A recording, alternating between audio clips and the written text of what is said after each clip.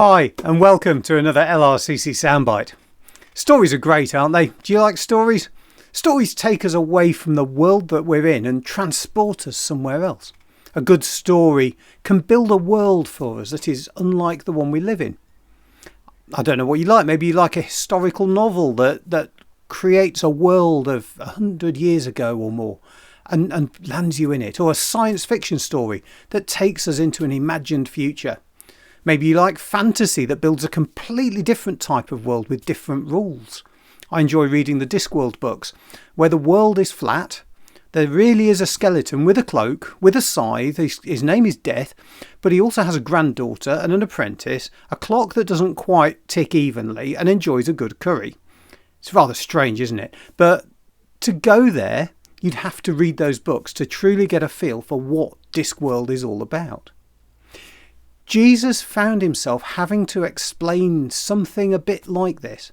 But for him, he was trying to explain something that was very real, that he knew and understood, but trying to explain it to people who were so far removed from it in their everyday lives that stories became the best way for him to try to explain it in different little ways, different aspects of it.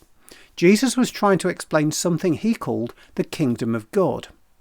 Now, some people think that God's kingdom must be heaven. After all, isn't that where God is? But actually, God's kingdom, as Jesus was trying to explain, is very different to what you might think of as heaven.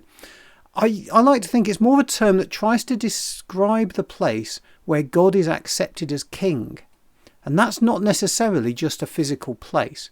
For us Christians on this earth, it's about people. It's about Christians who have faith in Jesus and wants God to rule them, to direct them, to help them and make them be a part of what he is doing in the world. But how to explain that? I mean, you're probably confused because I've not done a very good job of explaining it myself, I don't think. But Jesus came up with a couple of stories that explain little aspects of it. I just wanted to share them with you. First, he talked about a farmer planting seeds. Now, those seeds, they grow without the farmer watching them. Yes, the farmer might make sure they're watered and keep the weeds down and maybe even try and keep the birds away. But the seeds will grow day and night, whether the farmer's asleep, working somewhere else, or they're in the field with them. They continue growing just because they have been planted in the place prepared for them. And Jesus said God's kingdom is a bit like that, because it grows in people as God helps them, without everybody always being there all the time. Then Jesus told another story. He talked about planting just a single mustard seed. I don't know if you've ever seen one. Mustard seeds are quite small, but they grow really big. So big, in fact, that some animals and birds will come and find shelter and safety in it and under it. Jesus said that God's kingdom is a bit like that as well, because from something small comes something amazing where there are places for people to go and find rest and find safety and find peace. Jesus told the people lots of little stories like this. We still think about them today and even come up with our own stories to try and explain these sorts of things to other people today. Maybe you've got stories of your own that you tell people.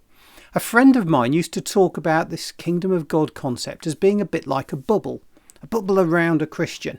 And when Christians get together, all the bubbles join together into a bigger bubble. I think that's a lovely image. But it's something about the presence of God, about God going with us and always being there around us. It might sound a bit odd to you if this is a new idea. The idea of Christians wanting to be ruled by God. But this isn't any kind of draconian dictator type rule. There's a lot more to it because it's a free choice. It's not about rules and regulations. It's about knowing that God only wants the very best for us. So if I want the best for me, then the best thing for me is to allow God to show me and to help me and direct me in the right things to do, because I know he only wants the best for me, so will take me to the right places. I'd love to tell you more. We just don't have enough time on these sound bites. Feel free to get in touch or come and find us outside number 44 Lindbergh Road one Sunday. The coffee is good, the cakes and biscuits are always available, and there's no agenda, just a chat. I hope to see you soon. God bless you, have a great week, and I'll see you next time.